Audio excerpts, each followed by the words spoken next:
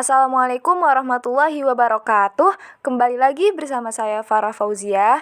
Nah, di video kali ini saya akan mereview buku Pendidikan Agama Islam dan Budi Pekerti. Simak videonya baik-baik ya.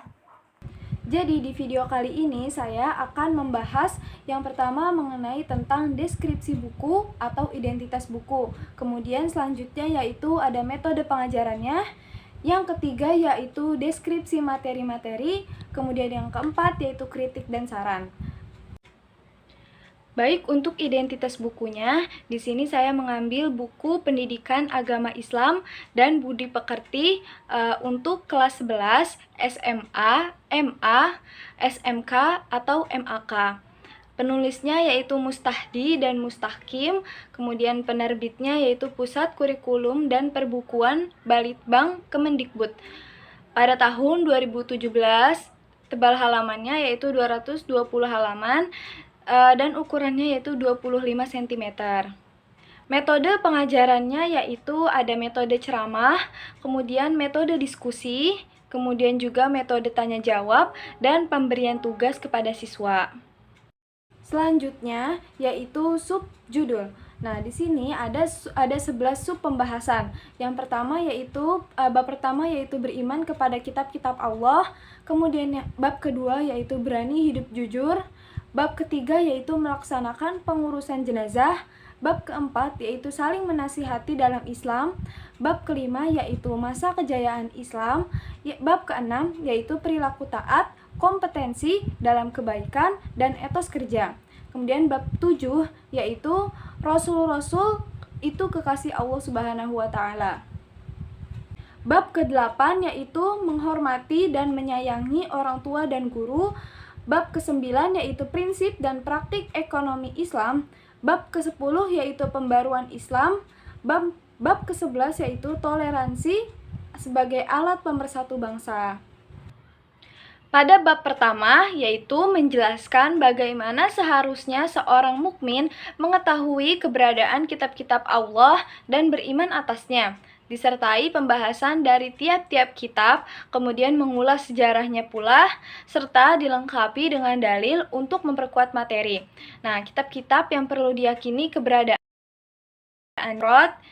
yang dibawakan oleh Nabi Musa, kemudian kitab Zabur yang dibawakan oleh Nabi Daud, kemudian kitab Injil yang dibawakan oleh Nabi Isa alaihissalam, sedangkan kitab yang perlu diyakini keberadaannya serta diimani oleh umat Islam yaitu kitab Al-Quran yang dibawakan oleh Nabi besar Muhammad SAW.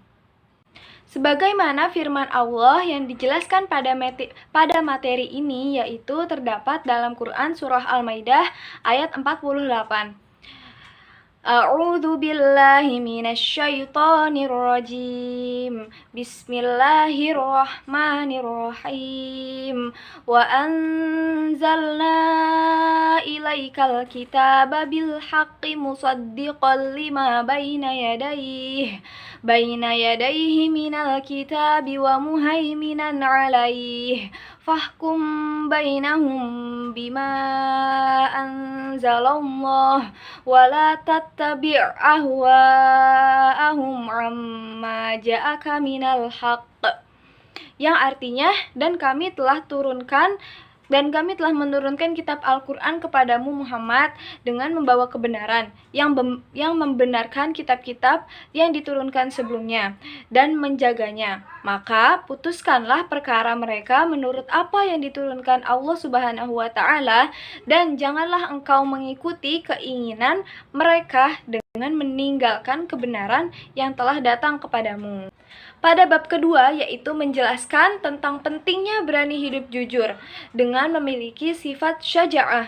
Nah, syaja'ah artinya berani untuk membela dan mempertahankan kebenaran, serta dilengkapi dengan macam-macam dari sifat jujur itu dan implementasinya ya terhadap dari penerapan sikap jujur ini terhadap masyarakat sekitar, serta materi ini juga dilengkapi dengan dalil Al-Quran maupun hadis dan juga kisah teladan di dalamnya. Salah satu contoh dari penerapan sikap jujur seperti misalnya ujian ya. Kita jujur kepada diri sendiri untuk tidak mencontek, tidak bertanya kepada teman, dan lain sebagainya.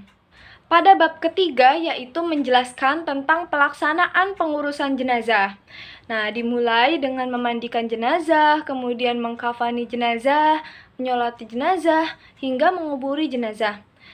Serta dijelaskan pula tentang tata cara bertakziah atau melayat, adab-adab dalam melakukan ziarah kubur, dan dilengkapi dengan kisah teladan di dalamnya. Pada tata cara pelaksanaan sholat jenazah, yaitu dimulai dari niat.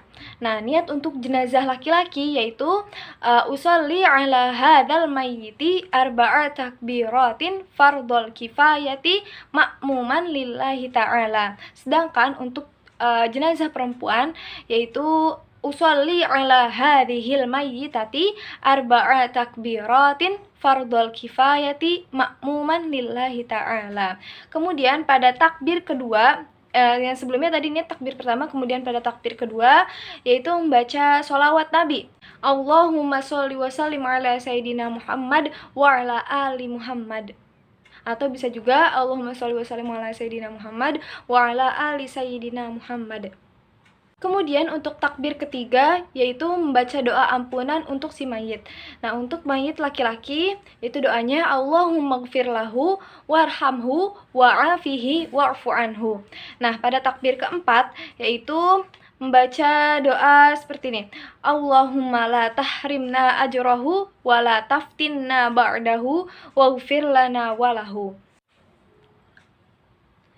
Kemudian bab keempat. Nah, pada bab ini membahas tentang bagaimana seorang siswa mampu menasihati seksama dalam Islam dengan materi pembahasannya yaitu pengertian khutbah, tabligh, dan dakwah. Dilengkapi dengan ketentuan-ketentuan di dalamnya meliputi syarat, rukun, sunnah, serta etika penyampaian, ditambah dengan adanya dalil dan gambar kegiatan, menjadikan buku ini lebih mudah dipahami. Bab kelima yaitu membahas tentang masa kejayaan Islam sebagai bentuk kritisi terhadap sejarah Islam. Nah, menurut Harun Nasution dalam bukunya yaitu Islam ditinjau dari berbagai aspeknya. Jadi menurut beliau masa kejayaan Islam dibagi menjadi 3 periode, yaitu ada periode klasik, periode pertengahan, dan juga periode modern. Nah, di sini bab ini juga menjelaskan faktor apa saja yang membuat Islam jaya pada masa itu, tokoh-tokohnya, dan apa yang bisa diambil sebagai contoh dalam kehidupan sekarang. Salah satu tokohnya yaitu ada Ibnu Sina di sini sebagai yang dikenal sebagai bapak kedokteran. Kemudian pada bab ke-6 menjelaskan tentang pentingnya taat kepada aturan, berkompetensi dalam kebaikan, serta bagaimana seharusnya seseorang mampu bersungguh-sungguh dalam bekerja.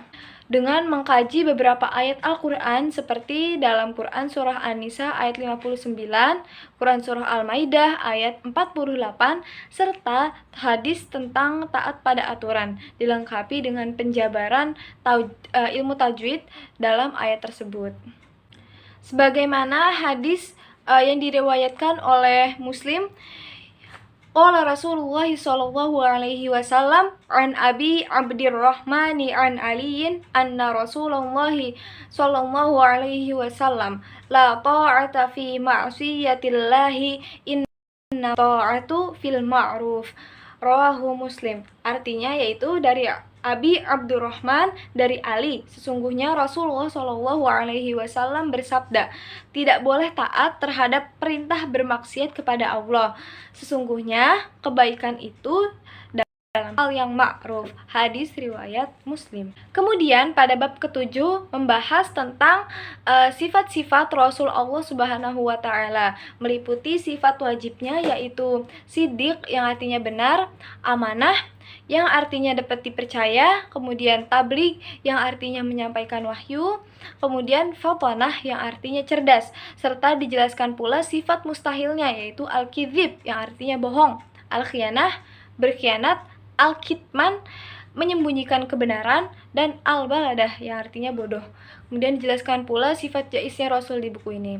Nah, serta terdapat juga hikmah beriman kepada Rasul Allah Subhanahu wa taala. Bab selanjutnya yaitu bab 8. Nah, pada bab ini yaitu membahas tentang sikap seseorang dalam menghormati dan menyayangi orang tua dan guru.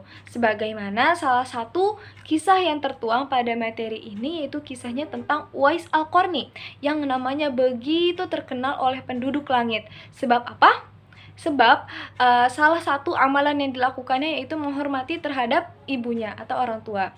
Nah, di buku ini juga dijelaskan, di materi ini juga dijelaskan tentang tata cara berbakti kepada orang tua dan juga guru, serta dilengkapi dengan dalil Al-Qur'an maupun hadis. Sebagaimana firman Allah dalam Quran surah Fatir ayat 28. Bismillahirrahmanirrahim.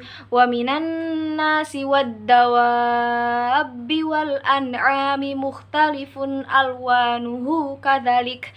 Innama yakhsyallaha min ibadihil ulama. Innallaha azizun ghafur. Yang artinya, dan demikian pula di antara manusia, makhluk bergerak yang bernyawa dan hewan-hewan ternak, ada yang bermacam-macam warnanya dan jenisnya. Di antara hamba-hamba Allah Subhanahu wa ta'ala, takut kepadanya hanyalah para ulama. Sungguh Allah Maha Perkasa, Maha Pengampun. Quran surah Fatir ayat 28. Selanjutnya yaitu bab 9. Nah, pada bab ini yaitu membahas tentang prinsip dan praktik ekonomi Islam. Terdapat pengertian muamalah serta macam-macam muamalah, yaitu termasuk jual beli, kemudian khiyar, riba, beserta dengan macam-macam dan persyaratan yang ada di dalamnya. Kemudian ada juga utang piutang, dan dijelaskan pula rukun-rukunnya pada materi ini. Kemudian ada sewa menyewa serta syarat dan rukunnya. Dijelaskan pula tentang syirkah atau perseroan serta rukun dan juga macam-macam yang ada di dalamnya. Ada pula pembahasan tentang perbankan dan juga asuransi syariah, yang mana di dalamnya dijelaskan prinsip dan perbedaan antara asuransi syariah dan asuransi konvensional. Kemudian pada bab 10 yaitu membahas tentang pembaruan Islam pada tahun 1800 hingga seterusnya. Nah, dijelaskan kembali terkait 3 periode sejarah kebudayaan Islam dan ciri-ciri pada masa itu. Tadi 3 periodenya yaitu merupakan periode klasik, periode pertengahan, dan juga periode modern. Serta juga disebutkan tokoh-tokoh pembaru Islam pada masa modern seperti ada Syah Waliullah, seorang pembaru dari India. Beliau lahir pada tahun 1703 sampai meninggalnya 1762 Masehi. Kemudian ada juga Muhammad Ali Pasha, yaitu seorang pembaru dari Mesir. Beliau lahir pada tahun 1765 serta meninggal pada tahun 1846 Masehi. Kemudian ada juga Sultan Mahmud II, yaitu seorang pembaru Turki. Beliau lahir pada tahun 1785 dan meninggal pada tahun 1839 Masehi. Kemudian pada bab terakhir atau bab 11 yaitu membahas tentang pentingnya bertoleransi dalam kehidupan berbangsa dengan mengkaji firman Allah Subhanahu wa taala dalam Quran surah Yunus ayat 40 dan 41, serta dipaparkan juga tentang tajwidnya yang ada pada ayat tersebut. Dalam pergaulan hidup bermasyarakat antara umat Islam dan umat lain, hendaknya saling menghormati dan menghargai, serta boleh bekerja sama dalam urusan dunia demi terwujudnya keamanan, ketertiban, kedamaian, dan kesejahteraan bersama. Baik, selanjutnya yaitu kita memasuki bagian kritik dan saran buku. Nah, di sini saya akan mengkritik pada halaman 23, yaitu di situ tertulis tentang hadis riwayat Ahmad yang berbunyi kulil haqqu walau kana murran. Nah, saran saya di situ kan kul itu merupakan fi'lul amri. Nah, sedangkan al-haq merupakan maf'ulun bih karena sudah didahului fi'il sebelumnya. Maka kalimat al-haq seharusnya bukan al-haqqu melainkan al-haqqo. Kemudian kritik yang kedua yaitu ada pada halaman 45. Di situ tertera bahwa hukum melaksanakan sholat jenazah yaitu fardu kifayah. Akan tetapi tidak dijelaskan apa yang dimaksud dari fardu kifayah itu. Nah, saran saya tambahkan penjelasan dari fardu kifayah itu. Seperti misalkan di sini dari Wahbah Az-Zuhaili dalam kitab Ushulul Fiqh Islami pada tahun 1986 juz 1 halaman 62. Beliau menjelaskan bahwa fardu kifayah ialah perbuatan yang dituntut terwujudnya tanpa memandang siapa yang melakukan. Nah, tuntutan ini ditujukan kepada sekelompok mukallaf atau orang dewasa yang memiliki kecakapan untuk melakukan perbuatan hukum. Jadi secara singkatnya seperti ini. Fardu kifayah merupakan hukum yang wajib dilaksanakan oleh semua orang. Akan tetapi, jika sudah ada yang melaksanakan kewajiban itu sebagian, maka sebagian yang lain kewajibannya gugur. Selanjutnya saya akan mengkritik pada halaman 104, terjadi relevansi dan koherensi atau kesetalian. Nah, terjadi relevansi antara subjudul dengan uraiannya yang berjudul Rasul-Rasul Kekasih Allah Subhanahu wa taala atau tertera pada bab 7 ya di sini. Nah, akan tetapi dalam uraiannya tidak disebutkan siapa sajakah Rasul-Rasul Allah tersebut dan hanya dijelaskan terkait sifat dan tugas-tugasnya saja. Nah, saran saya jika ingin menggunakan judul materi Rasul-Rasul Kekasih Allah, Rasul-Rasul Kekasih Allah Subhanahu wa taala, maka jelaskan siapa sajakah Rasul-Rasulnya, baru nanti bisa dijelaskan sifat dan tugasnya juga. Kemudian kritik selanjutnya yaitu ada pada halaman 70 dan juga 162. Di situ terjadi pengulangan materi terkait pembagian 3 periodisasi sejarah kebudayaan Islam menurut Harun Nasution. Nah, saran saya tidak perlu diulangi lagi materinya, akan tetapi dijelaskan secara berlanjut saja. Selanjutnya kritik pada halaman 142. Di situ materinya membahas tentang riba. Nah, akan tetapi tidak dijelaskan dalil Al-Quran yang menyatakan tentang riba. Padahal riba merupakan sesuatu hal yang penting ya untuk dikaitkan dengan dalil Al-Quran. Nah, saran saya perlu ditambahkan dalil Al-Quran. Sebagaimana firman Allah dalam Quran surah Al-Imran ayat 130. Bismillahirrahmanirrahim.